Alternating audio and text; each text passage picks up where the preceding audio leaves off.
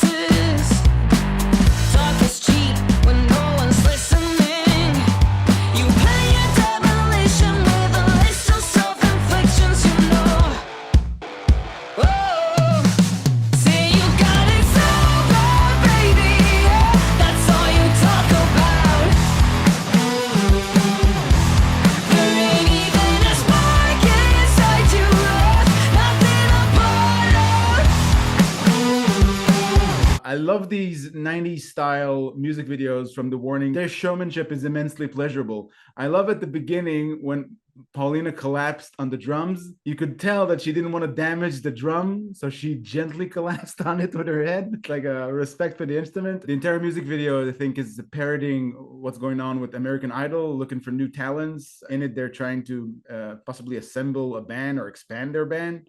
You see all the quirky characters. I don't yet know how it correlates to what they're singing about, but it's great to see the girls again, and I love the style. I'd go further and say this style is even 80s of the video clip, as in the really kind of low budget that's constructed around some kind of a story. Even looking at the setup of the stage, there's like a curtain draped, but you could see it's held up with pegs on a line. So it's all very kind of low, very low budget.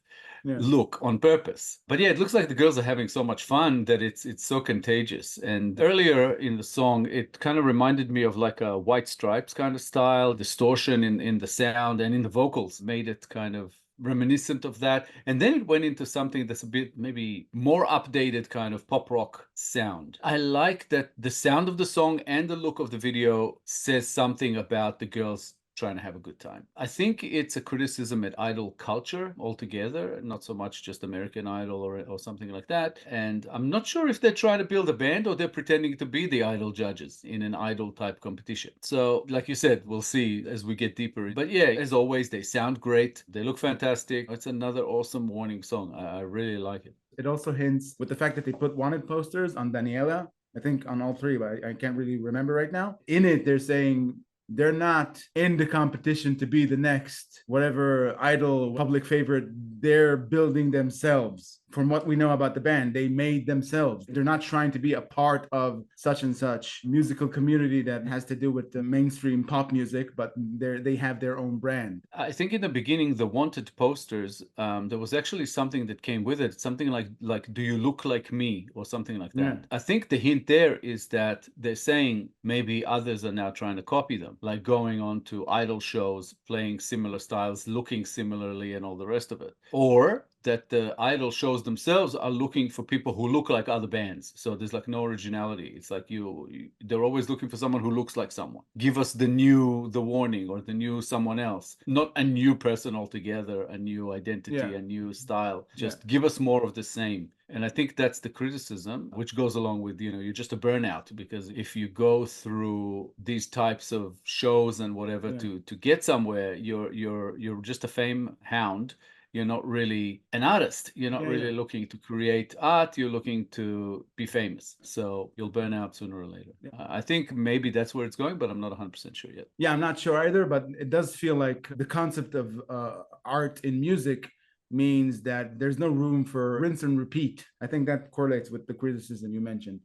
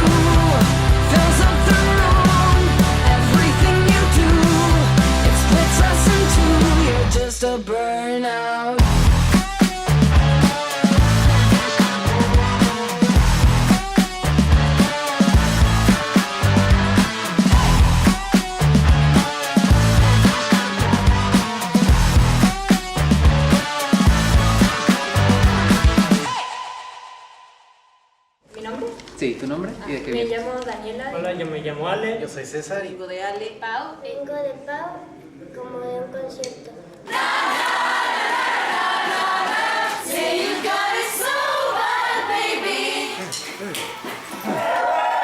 Soy la mejor, Pau. ¡No saben de lo que se están perdiendo! Conoce de Warning. ¿Chocan ellas? Una, dos, y... Felicidades, ustedes son los elegidos. It's a wrap! Yeah! Very cool. I'm so happy.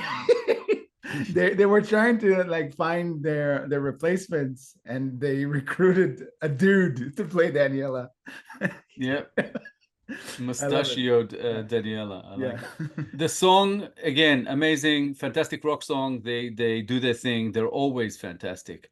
This one had so much added value in the fun they were having with the video clip. So it makes it, all the more memorable. I like that it's unpretentious. It's not like a high budget clip or anything like that. Even at the end when they were on the show, as if it was like some sort of a live show, it still looked low tech, and I like that. I think the fun element is strong in there. You can see that the girls are not just exuding positive energy in their own music video. You can actually tell that they're helming it. They're in charge of everything. That's what it looks like in the music video, not just how they portray it, not just the story inside it. It feels like something that they've conjured up and did from the ground up. The concept of the song, of the lyrics, I mean, if you take it away from the the video clip, it could mean something else completely. It doesn't have to be about anything to do with idol culture or the fact that everything is the same in music, and that's how producers try to make it be. It could be something a lot more personal. This could be about a relationship, whether a romantic one or a friendship, where for one reason or another someone did somebody wrong or is changing their attitude towards them because one is successful, something to potentially do with jealousy, breaking promises, talk is cheap, they mention that. It's just basically about someone who is unhappy with another person's potential success or their development and moving forward, that because of that, they're going to end up being sort of getting left behind. It's like it could be many, many things without any prior knowledge of what they wrote the song about. It could be anything. It's got a good kind of groove to it, and the lyrics do get a little bit repetitive, and it gets the point across. I think it's more about a bad attitude than anything else. That line that the smoke around you splits us in two? Yeah, you're just a burnout. So it's like, yeah, you're not getting to where you want to get, so you kind of take it out on other people around you, that kind of thing. Yeah.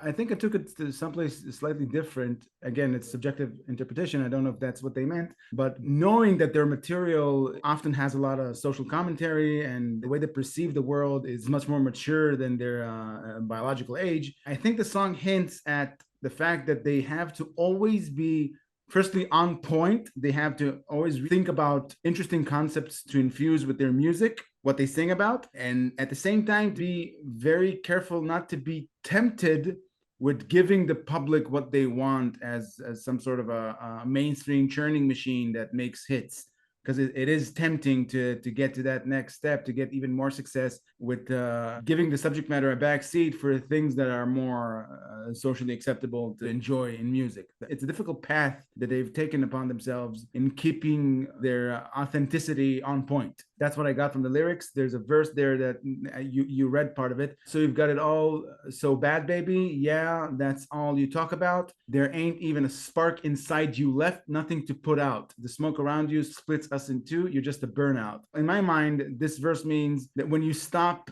being able to create original things that come from you and there's nothing to put out anymore, then you start making music that is less authentic and less original. That's what shrouds you in smoke. That's what separates you from being the original musician, original artist that you once were. That's where I took it. But I again, subjective. Yeah, it's very, very open to interpretation. Again, if you look at it without any prior knowledge of what they wrote it about, if you look at it away from the video clip, if you just listen to the song, it could mean anything. As always, it's well written. You know, they really write well. There's a lot of subtext, and it can go many, many different ways. And I just always love that about them. And this one, to me, I kind of go back and think about previous songs of theirs that we've heard and how they kind of settle their scores through music with past friends or with maybe even current friends that they're unhappy with, or family or competition or anyone. Instead of making it something that it shouldn't be, they do it in a song, and they do it in a general enough way so it's not really specific to anyone, but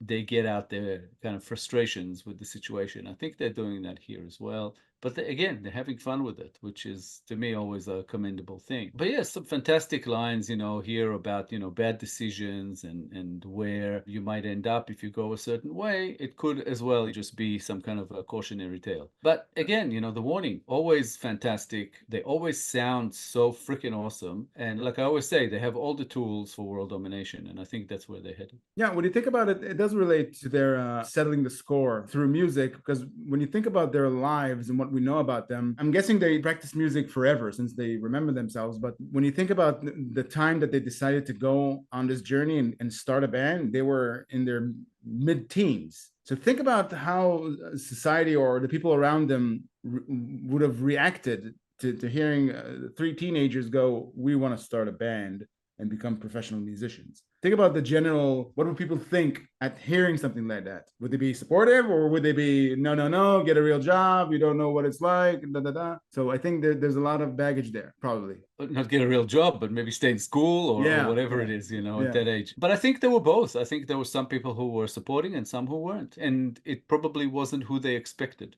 A lot of the times people you think will support you don't. So yeah, we've talked about it in previous reactions to their music, that they do settle scores through music, through the lyrics, which is really cool. Somebody said in the comments at one point, you know, don't do wrong by Pow, or, you know, you'll end up the subject of one of their songs, because she will write the lyrics and get back at you. So I think this is the case again, maybe, probably, possibly, I don't know.